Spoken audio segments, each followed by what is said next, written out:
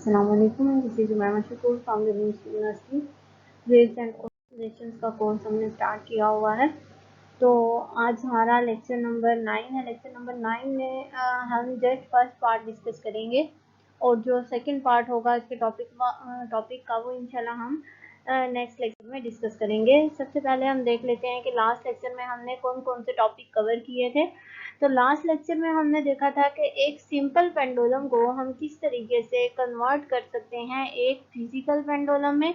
इसकी कन्वर्जन की डेरिवेशन की थी हमने फिजिकली भी देखा था कि किस तरीके से हम डायग्राम बनाएं तो एक सिंपल पेंडुलम फिजिकल पेंडुलम में कन्वर्ट हो जाएगा।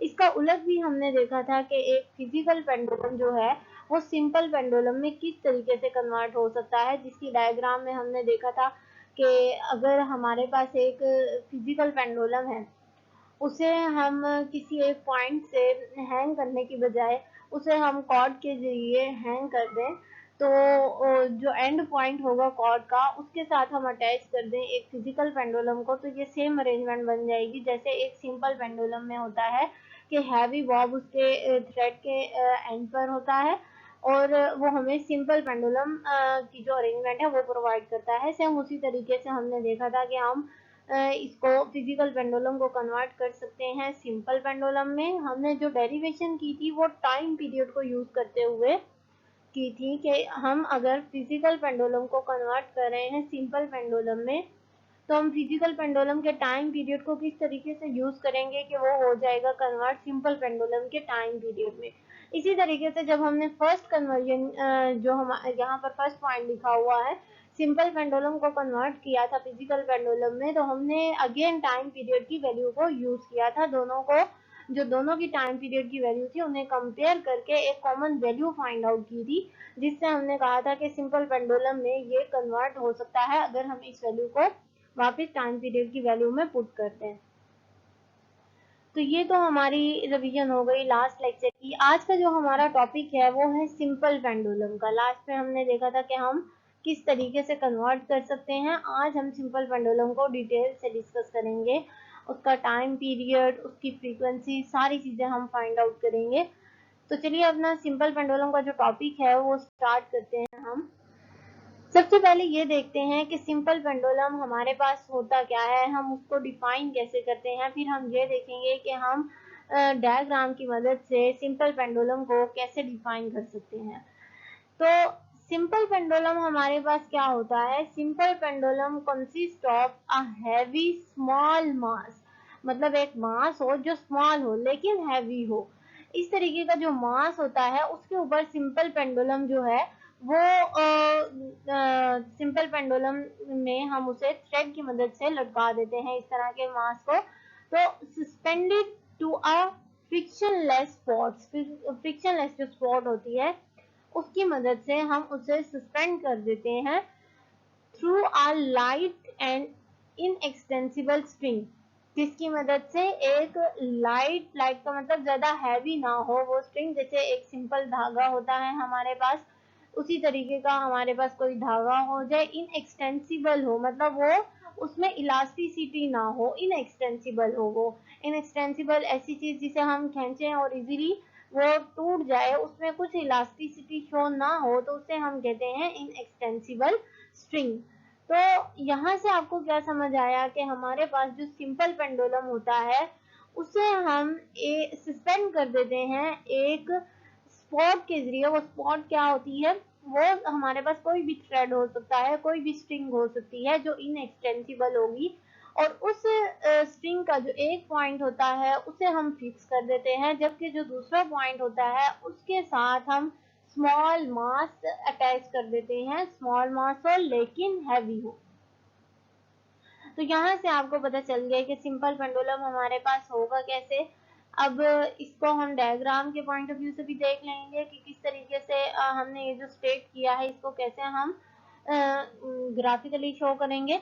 When a pendulum is displaced, जब एक पेंडुलम को हम लटका देंगे उसकी मेन पोजीशन हमें मिल जाएगी, वो उसकी इक्विलिब्रियम पोजीशन होगी फिर हम क्या करेंगे कि इस पेंडुलम को हम डिस्प्लेस करते हैं। डिस्प्लेस करने का मतलब हम उसे उसकी ओरिजिनल कंडीशन से डिस्टर्ब कर रहे हैं, चाहे हम राइट साइड पे करें चाहे हम लेफ्ट साइड पे करें, लेकिन हम उसे डिस्प्लेस कर रहे हैं फ्रॉम इट्स मीन पोजीशन। पहले वो अपनी मीन पोजीशन पर था, मीन पोजीशन से हमने उसे डिस्प्लेस किया है और उसने एंगल कितना कवर किया है, थीटा कवर किया है, मतलब थीटा एंगल तक हमने उसे डिस्प्लेस कर दिया है एक सिंपल पेंडुलम को जो इनिशियली अपनी इक्विलिब्रियम पोजीशन पर अपनी मीन पोजीशन पर था।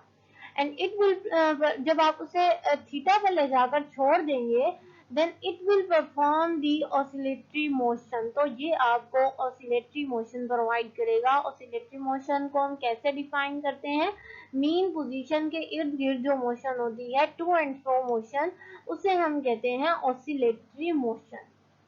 तो इसको अब हम डायग्राम देखते हैं कि इसको हम कैसे अंडरस्टैंड करेंगे। मैंने कहा था कि जो एक सिंपल पेंडुलम होता है वो एक फ्रिक्शनलेस स्पॉट के जरिए अटैच हुआ होता है एक मास के साथ, हैवी मास के साथ। अब यहाँ पर देखें ये जो पॉइंट है ये एक फिक्स्ड पॉइंट है, मतलब कोई भी एक हुक हो गया जिसे हमने दीवार के साथ अटैच किया हुआ है और उसके साथ हमने रस्सी बांध दी है।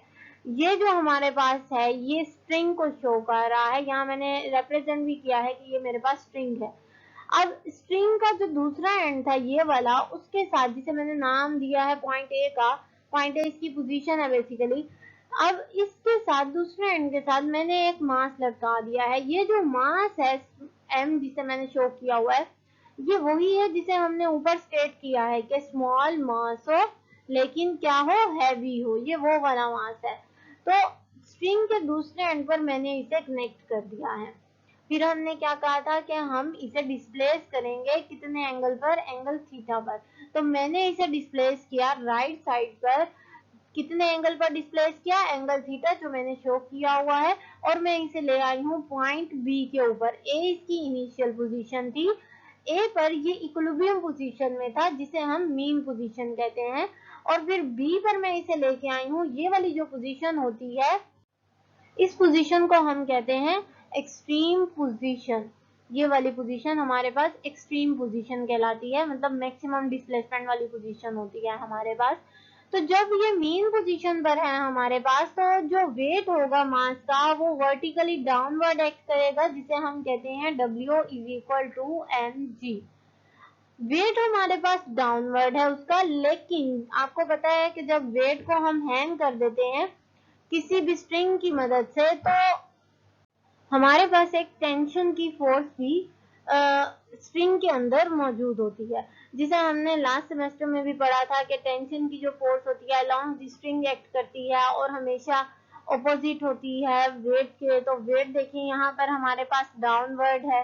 अब टेंशन की फोर्स क्या होगी, अलोंग द स्ट्रिंग तो है, किस डायरेक्शन में, अपवर्ड एक्ट करेगी। जब हम कहते हैं टेंशन और वेट बैलेंस हो गया है हमारे पास, अब वेट हमारे पास डाउनवर्ड एक्ट कर रहा है, टेंशन की फोर्स हमारे पास अपवर्ड एक्ट कर रही है। जब मैंने इसे डिस्प्लेस कर दिया, मैंने इसे नाम दिया है डिस्टेंस को कि x का डिस्टेंस मैंने कवर कर दिया, और यहाँ से इस पॉइंट से ये जो मास m है इसके सेंटर से ये जो फिक्स पॉइंट है इसे f का नाम दे रही हूँ, यहाँ तक जो लेंथ है स्ट्रिंग की उसे मैंने स्मॉल l का नाम दिया हुआ है। ये जो मेरे पास है ये मैंने मेंशन किया हुआ है, बॉब है, स्मॉल मास m। अब यहाँ पर हमें पता चल गया डिस्टेंस हमारे पास, डिस्प्लेसमेंट आ गया x, जो हमारे पास वेट था वो अभी भी डाउनवर्ड ही एक्ट कर रहा है। मैं इसे रिजॉल्व कर देती हूँ इसके दो कंपोनेंट्स में। कौन कौन से कंपोनेंट्स होंगे, एक इसका होगा रेडियल कंपोनेंट जो आपने पिछले लेक्चर्स में भी पढ़े हैं, रेडियल कंपोनेंट, और दूसरा हो जाएगा आपके पास टेंजेंशियल कंपोनेंट। अब आप देखें यहाँ पर हमारे पास ये जो जब इसको मैंने डिस्प्लेस किया तो ये इस डायरेक्शन में मूव करेगा। इस आर के जो परपेंडिकुलर पॉइंट है वो ये वाला है, मतलब जो टेंजेंट है, एक पॉइंट से गुजरता है जो टेंजेंट वाला पॉइंट है वो ये वाला है। तो टेंजेंशियल कंपोनेंट मेरे पास क्या हो गया, mg sin थीटा। इसी तरीके से जो रेडियल कंपोनेंट मतलब अलोंग द स्ट्रिंग जो कंपोनेंट है वो ये वाला आ जाएगा, इसे मैंने नाम दिया mg cos थीटा का। तो मतलब जो वेट था मैंने उसे रिजॉल्व कर दिया है दो कंपोनेंट्स में, एक को मैंने टेंजेंशियल कंपोनेंट कहा, दूसरे को मैंने रेडियल कंपोनेंट कहा। मतलब आर हम लेते होते हैं, लेकिन मैंने अपने केस में एल लिया होगा, अलोंग दी लेंथ है वो स्ट्रिंग की, अलोंग दी स्ट्रिंग है रेडियल कंपोनेंट हमारा। अब यहाँ पर हमारे पास क्या है कि two forces acting on the string. मैं ये आपको समझा चुकी हूँ, लेकिन यहाँ पर मैंने मेंशन किया हुआ है, इसे भी देख लेते हैं कि दो फोर्सेस जो हैं वो एक्ट कर रही हैं स्ट्रिंग के ऊपर। कौन कौन सी फोर्स है? एक तो वेट है किसका, बॉब का, जो डाउनवर्ड एक्ट कर रहा है। दूसरा हमारे पास क्या चीज है, W को मैंने रिप्रेजेंट किया है, W is equal to M G, जो वर्टिकली डाउनवर्ड एक्ट कर रहा है। दूसरी फोर्स मेरे पास है टेंशन की फोर्स, कैपिटल T से रिप्रेजेंट किया जाता है इसे। और ये वाली जो फोर्स है ये अलोंग द स्ट्रिंग एक्ट कर रही है, किस डायरेक्शन में, अपर डायरेक्शन में, ऑपोजिट टू वेट। तो हमने क्या किया, मैंने रिजॉल्व कर दिया इस वेट को इसके दो कंपोनेंट्स में, टू रेक्टेंगुलर कंपोनेंट्स में। अब टू रेक्टेंगुलर कंपोनेंट्स कौन कौन से आए थे मेरे पास, पीछे जो भी हमने देखे हैं। वेट को मैंने डिवाइड किया था दो कंपोनेंट्स में, एक था मेरे पास mg cos थीटा, जिसे मैंने नाम दिया रेडियल का, और ये रेडियल अलोंग दी स्ट्रिंग है कंपोनेंट। दूसरा मेरे पास था mg sin theta, sin theta tangential component था, टेंजेंट है ये हमारे पास, एक पॉइंट से गुजर रहा है। तो यहाँ पर मेरे पास टेंजेंशियल कंपोनेंट और रेडियल कंपोनेंट दोनों आ गए, इसको हमने देख लिया। अब मैंने आपको पिछले जो हमने कैलकुलेशंस की हैं काफी ज्यादा लेक्चर में, उसमें मैंने आपको एक बात बताई थी कि हम रेडियल कंपोनेंट कंसीडर नहीं करते, हम टेंजेंशियल कंपोनेंट लेते हैं। यहाँ पर भी मैंने डिटेल से आपको इसकी रीजन भी समझाई थी। यहाँ पर भी मैं वैसे ही करूंगी कि टेंजेंशियल कंपोनेंट लूंगी, रेडियल कंपोनेंट नहीं लूंगी। रीजन मैं अगेन यहाँ पर मेंशन कर दूंगी कि जो हमारे पास रेडियल कंपोनेंट है वो अलोंग द स्ट्रिंग है, लेकिन आप देख रहे हैं कि जो हमारा पेंडुलम है वो अलोंग द स्ट्रिंग कोई मूवमेंट आपको प्रोवाइड नहीं कर रहा, बल्कि हॉरिजॉन्टल एक्सिस पर परपेंडिकुलर टू स्ट्रिंग, मतलब टू एंड फ्रो मोशन दे रहा है। तो ये किस डायरेक्शन में मोशन दे रहा है हमें, टेंजेंशियल कंपोनेंट में। तो इसका मतलब सिर्फ टेंजेंशियल कंपोनेंट जो है वो रिस्पॉन्सिबल है इस सिंपल पेंडुलम की मूवमेंट के लिए, जो रेडियल कंपोनेंट है वो रिस्पॉन्सिबल नहीं है। तो हम रेडियल कंपोनेंट को तो लेकर नहीं चलेंगे, लेकिन रेडियल कंपोनेंट के लिए हम एक बात जरूर कहेंगे कि रेडियल कंपोनेंट में हमने देखा था टेंशन अपवर्ड है, और जो वेट है mg cos थीटा वो उसकी ऑपोजिट डायरेक्शन में है। तो दोनों एक दूसरे को बैलेंस कर रहे हैं। तो बैलेंस करके हम इसको इक्वेट करके एक इक्वेशन जरूर बनाएंगे। यहाँ पर देख लेते हैं, हमने कंपोनेंट्स को डिस्कस कर लिया था। As there is no motion, जो मैंने अभी आपको बात समझाई है वही मैंने मेंशन की हुई है। No motion along the string, string की डायरेक्शन में कोई भी मूवमेंट नहीं हो रही, thus tension will be balance out by this component. तो हम कह सकते हैं कि जो स्ट्रिंग की टेंशन है वो बैलेंस आउट हो जाएगी कंपोनेंट के साथ। कौन से कंपोनेंट के साथ, mg cos थीटा के साथ। तो यहाँ पर देखें मैंने इक्वेशन 1 बना ली है। ये जो इक्वेशन 1 है बेसिकली ये क्या शो कर रही है कि जो टेंशन है स्ट्रिंग में वो बैलेंस आउट हो गई है mg cos थीटा के साथ, रेडियल कंपोनेंट के साथ। Only tangential component is responsible for the motion of the bob, मतलब जो बॉब आपको टू एंड फ्रो मोशन दे रहा है, ऑसिलेटरी मोशन प्रोवाइड कर रहा है डिस्प्लेस करने के बाद, वो उस बॉब की जो मोशन है, जो मूवमेंट है उसकी, वो सिर्फ अपने टेंजेंशियल कंपोनेंट की वजह से है, वो इसके रेडियल कंपोनेंट की वजह से नहीं है।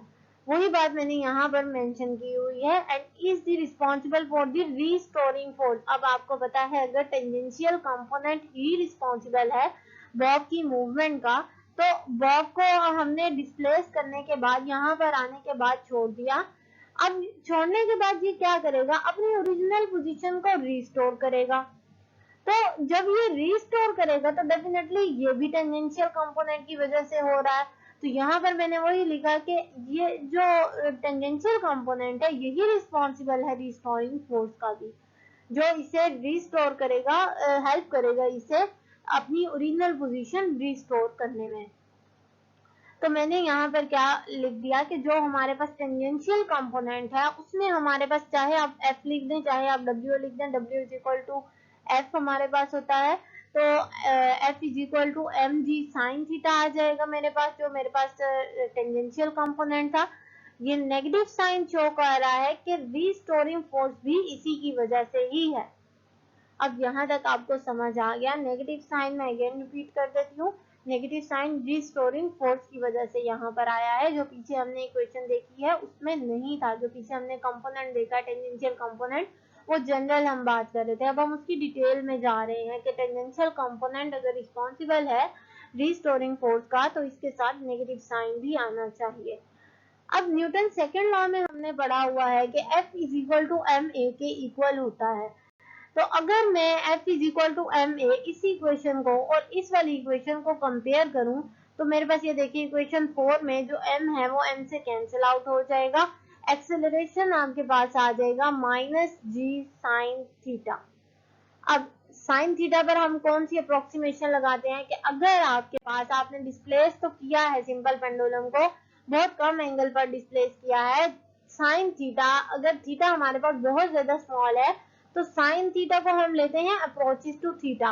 अगर ये वाली कंडीशन है हमारे पास, तो पीछे जो आपकी इक्वेशन थी इक्वेशन नंबर 5, उसमें जो साइन थीटा था उसकी जगह जस्ट थीटा आ जाएगा और आपकी इक्वेशन नंबर 7 बन जाएगी। Acceleration is equal to minus G theta. अब हमने ये भी पढ़ा हुआ है कि डिस्प्लेसमेंट की हमारे पास क्या इक्वेशन होती है, S is equal to R theta. अब एस हमारे पास हमने अपने जो फिगर ली है पीछे उसमें मैंने क्या कहा था कि जो डिस्प्लेसमेंट हम ले रहे हैं वो एक्स है, तो इसका मतलब मुझे एस की जगह रिप्लेस करना चाहिए एक्स। फिर मैंने आपको बताया था कि जो हमारे पास लेंथ है उसको मैं आर लेने की बजाय मैं एल लूंगी, तो यहाँ पर इसका मतलब जो आर है मेरे पास वो एल है। तो एस को अगर मैं रिप्लेस कर देती हूँ एक्स से, आर को रिप्लेस कर देती हूँ एल से, तो मेरे पास इक्वेशन 11 बन जाएगी X is equal to L theta. Theta की वैल्यू अगर फाइंड आउट करें तो ये आ जाएगा एक्स बाय एल। इस थीटा की वैल्यू को अब हम पुट कर देते हैं इक्वेशन 7 के अंदर। तो यहाँ पर देखें मैंने जो हमारे पास थीटा की वैल्यू आई थी इक्वेशन 12 में, उसे मैंने पुट कर दिया है इक्वेशन 7 के अंदर। तो मुझे मिल गई है इक्वेशन नंबर 13, जिसमें मेंशन किया हुआ है कि एक्सेलरेशन जो है वो इक्वल है minus G X by L के। ये जो एक्स बाय एल है ये हमें थीटा की वैल्यू बता रहा है, जो मैंने इक्वेशन 12 से पुट की है। अब इस इक्वेशन में आपको दो कांस्टेंट चीजें मिल रही हैं। एक तो जी जो आपको पता है 9.80 होता है, ये कांस्टेंट है। दूसरा क्या चीज कांस्टेंट है, लेंथ कांस्टेंट है। लेंथ आपने देखा है, आपने जो स्ट्रिंग की लेंथ रखी हुई है वो कांस्टेंट है आपके एक्सपेरिमेंट के दौरान, आप उसे चेंज नहीं कर रहे। तो इसका मतलब है जब हम लेंथ को चेंज नहीं कर रहे, जब हम जी भी हमारे पास कांस्टेंट है, तो क्या चीज चेंज होगी, डिस्प्लेसमेंट चेंज होगा। पहले वो ज्यादा था, फिर कम होते होते वो अपनी ओरिजिनल पोजीशन पर आ जाएगा और डिस्प्लेसमेंट बिल्कुल जीरो हो जाएगा। तो इसका मतलब एक्स यहाँ पर चेंज हो रहा है। इस लिहाज से मैं कह सकती हूँ कि इस इक्वेशन में जो जी बाय एल है ये कांस्टेंट है पूरा। तो अगर जी बाय एल मेरे पास कांस्टेंट है तो मैं इसी इक्वेशन को 13 को इक्वेशन 14 की फॉर्म में लिख सकती हूँ कि जो एक्सेलरेशन है ये डायरेक्टली प्रोपोर्शनल है माइनस एक्स के। जी बाय एल कांस्टेंट है, जब मैं इस साइन को हटाऊंगी तो मेरे पास अगेन जी बाय एल आ जाएगा। अब ये इक्वेशन क्या शो कर रही है, इक्वेशन नंबर 14 की इक्वेशन 14 आपको बता रही है कि एक्सेलरेशन डायरेक्टली प्रोपोर्शनल है डिस्प्लेसमेंट के, लेकिन साथ ही साथ नेगेटिव साइन भी आ रहा है जो ये शो कर रहा है कि एक्सेलरेशन डिस्प्लेसमेंट के अगर डायरेक्टली प्रोपोर्शनल है लेकिन उसकी direction toward the mean position होगी, जिसकी वजह से ये साइन आ रहा है हमारे पास। यही जो बात है ये मैंने मेंशन की है यहाँ पर। Simple acceleration in case of the simple pendulum is proportional to the displacement but directed toward the mean position। ये हमने प्रूव कर लिया आज के लेक्चर में। तो आज के लेक्चर में हमने देखा कि सिंपल पेंडुलम को हम किस तरीके से डिफाइन कर सकते हैं, उसके जो वेट के कंपोनेंट्स हैं उसे हमने कैसे रिजॉल्व किया है, कौन से कंपोनेंट को हमने यूज किया है और कैसे हमने ये प्रूव किया कि एक्सेलरेशन जो है डायरेक्टली प्रोपोर्शनल टू डिस्प्लेसमेंट है लेकिन अपनी मीन पोजीशन की तरफ है। तो समटाइम्स पेपर में यही जो लास्ट स्टेटमेंट है ये वाली ये मेंशन होती है कि इसे प्रूव करें, तो आपने जस्ट इतना प्रूव करना होगा जितना हमने आज किया है। लेकिन सिंपल पेंडुलम का हमारे पास टाइम पीरियड रहता है, उसकी फ्रीक्वेंसी रहती है, और सिंपल पेंडुलम से हम लैब में किस तरीके से जी की वैल्यू फाइंड आउट करते हैं, ये पॉइंट भी हमारा रहता है। तो इंशाल्लाह नेक्स्ट लेक्चर में हम अपने ये तीनों पॉइंट्स कवर करेंगे और हमारा टॉपिक कंप्लीट हो जाएगा। आज के लेक्चर में कोई भी ऐसा पॉइंट हो जो समझ ना आया हो तो काइंडली लाजमी डिस्कस कीजिएगा। नेक्स्ट लेक्चर तक के लिए thank you so much. Allah Hafiz.